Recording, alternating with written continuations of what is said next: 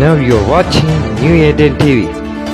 எனக்கு அன்பான சகல சகோதரிகளே, ஆண்டவர் இயேசு கிறிஸ்து நாமத்தில் உங்கள் அனைவரும் வாழ்த்தி வரவேற்கிறேன்.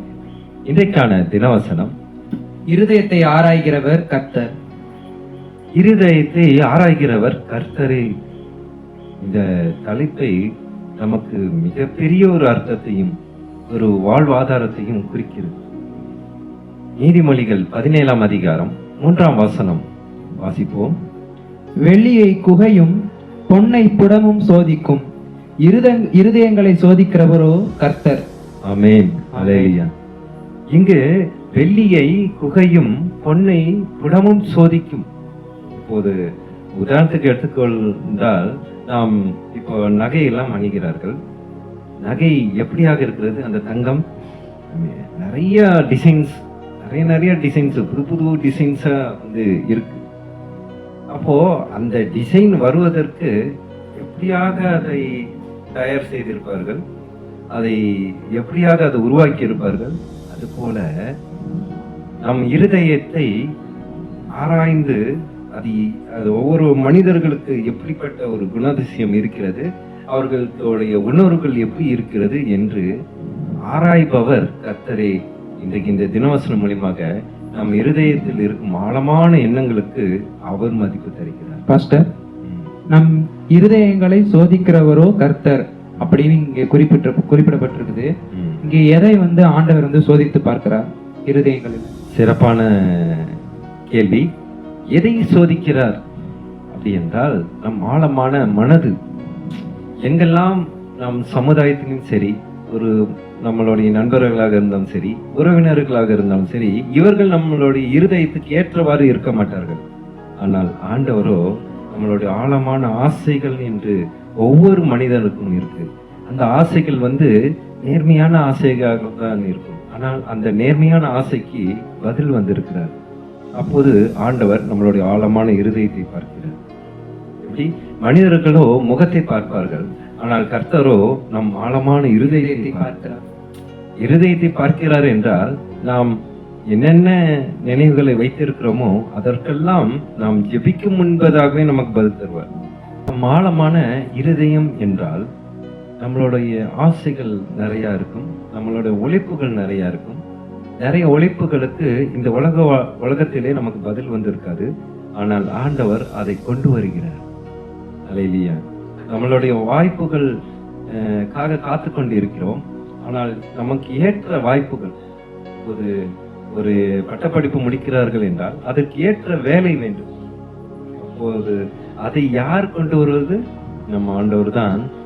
இவன் நன்றாக படித்திருக்கிறார், இவனுக்கு நல்ல திறமைகள் இருக்குது, இவனை நான் உயர்த்த வேண்டும் என்று ஒரு இன்டர்வியூ வர வச்சு அந்த நேரத்திலே அந்த நபர்கள் கண்ணிலே ஒரு தயவை உண்டாக்கி அந்த வேலையை அவனுக்கு கிடைக்க செய்கிறார். இதைதான் ஆழமாக இருதயத்தை ஆராய்வதனால்தான் நாம் யாரிடம் சொல்லும் கருத்துக்களை யாரும் ஏற்றுக்கொள்ள மாட்டார்கள். ஆனால் ஆண்டவரோ நம்மளுடைய ஆழ்ந்த உணர்வுகளுக்கு மதிப்பு தருபவர். இதை குறித்து இந்த வசனத்தில் நம்ம என்ன ஆண்டவர் இன்றைக்கு வெளிப்படுத்துறாருன்னா, நம் இருதயத்தை பாதுகாக்க வேண்டும். ஏனென்றால் நம் இருதயத்தில் யார் இருக்கிறது? நம்ம ஆண்டவர் இருக்கிறார். அப்போது அந்த இருதயமானது ஒரு குப்பையாக இருந்தால் எப்படி அவர் இருப்பார்? இப்போது நம்ம ஒரு அறையிலே இருக்கிறோம். அந்த அறை துர்நாற்றம் அடித்தால் அந்த அறையிலே நாம் இருப்போமா? இல்லை, நிம்மதியாக நாம் இரவு நேரத்தில் உறங்க முடியுமா? முடியாது. அது போலதான் நம் இருதயத்தை உன்னதமாக வைத்திருக்க வேண்டும். அப்பொழுதுதான் நம்ம ஆண்டவர் வாசம் பண்ணும் ஒரு வாசஸ்தலமாக மாறும். இதை குறித்து நம்ம யோவான் 4ஆம் அதிகாரம் 14ஆம் வசனத்தை நாம் வாசிப்போம். நான் கொடுக்கும் தண்ணீரை குடிக்கிறவனுக்கோ ஒரு காலும் தாகம் உண்டாகாது. நான் அவனுக்கு கொடுக்கும் தண்ணீர் அவனுக்குள்ளே நித்திய ஜீவகாலமாய் ஊறுகிற நீரூற்றாய் இருக்கும் என்றார். அல்லேலூயா, அல்லேலூயா. மகிமை உண்டதாக. அவர் கொடுக்கும் தண்ணீரை பருகும்போது என்ன ஆகாது? ஒரு காலமும் தாகம் உண்டாகாது. இன்றைக்கு நாம் தண்ணீரை குடிக்கிறோம். காலையிலே குடித்தால் அடுத்த 1 மணி நேரத்திலே நம்ம தாகம் எடுக்கிறது. அப்போது ஆண்டவர் தண்ணீர் என்று எதை சொல்கிறார்? எதை கூறுகிறார்? தண்ணீர் என்பது ஒரு தண்ணீரை தான் சொல்றாரா? இல்லை, கடவுளோட வார்த்தை. அது நமக்கு தண்ணீராக, அந்த தண்ணீரை பருகும்போது ஒரு காலமும் நமக்கு தாகம் அடையாது. ஆமென். ஆமென். ஹல்லேலூயா. இது பிற்பகுதியை நாம் பார்ப்போம். நான் அவனுக்கு கொடுக்கும் தண்ணீர் அவனுக்குள்ளே நித்திய ஜீவ காலமாய் ஊறுகிற நீரூற்றாய் இருக்கும் என்றார்.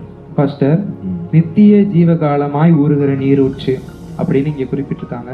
இது எப்படி நம்ம புரிஞ்சுக்கிறது? இது கொஞ்சம் புரியாம முடியும். ஓகே, சிறப்பான ஒரு சந்தேகம். இந்த சந்தேகங்கள்லாம் நாம் எழும்ப வேண்டும். ஏனால் பரிசுத்த வேதாகமத்தை நாம் வாசிப்பது முன்னால் மட்டும் நமக்கு சந்தேகம் வராது, அவரை விசுவாசித்து வாசிக்க வேண்டும். அப்போதுதான் அந்த சந்தேகம் வரும். நித்திய ஜீவிய காலம் என்று ஆண்டவர் குறிப்பிட்டது வரப்போகும் பரலோக ராஜ்யத்தை குறித்து அவர் சொல்லுகிறார். நித்திய ஜீவிய காலமாய், முடிவில்லாத வாழ்வை தரும் ஒரு காலமாய் ஊறுகிற நீரூற்றாய் இருக்கும் என்றார். நீரூற்று எப்பயுமே வத்தாது. அப்போ நம்மளுடைய மனதுல ஆன்மீக தாகமானது அதிகமாக இருக்கும், காணப்படும். இப்போது இந்த காணொளி தொகுப்பு கூட ஒரு நீரூற்று தான். இந்த காணொளி தொகுப்பு பார்க்கும் பொழுது அநேக பேருக்கு மனதுல ஆண்டவர் பேசுவார். அல்லேலூயா. கிறிஸ்துக்குள் பிரியமானவர்களே, நாம் இந்த தினவசனத்திலே நாம் என்ன சிந்திக்கிறோம்? இருதயத்தை நாம் பாதுகாக்க வேண்டும் என்று ஆண்டவர் வெளிப்படுத்துகிறார். என் அன்பான சகோதர சகோதரிகளை, நாம் அனைவரும் நம் இருதயத்தை பாதுகாக்க ஜெபிப்போமா?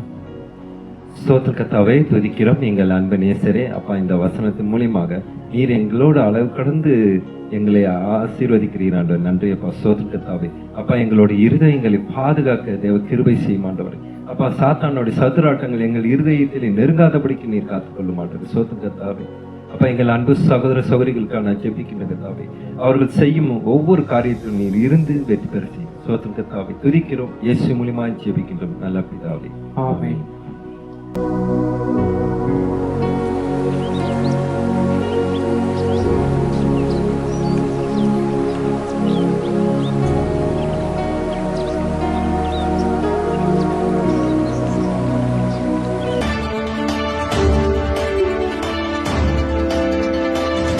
Now you're watching New Eden TV.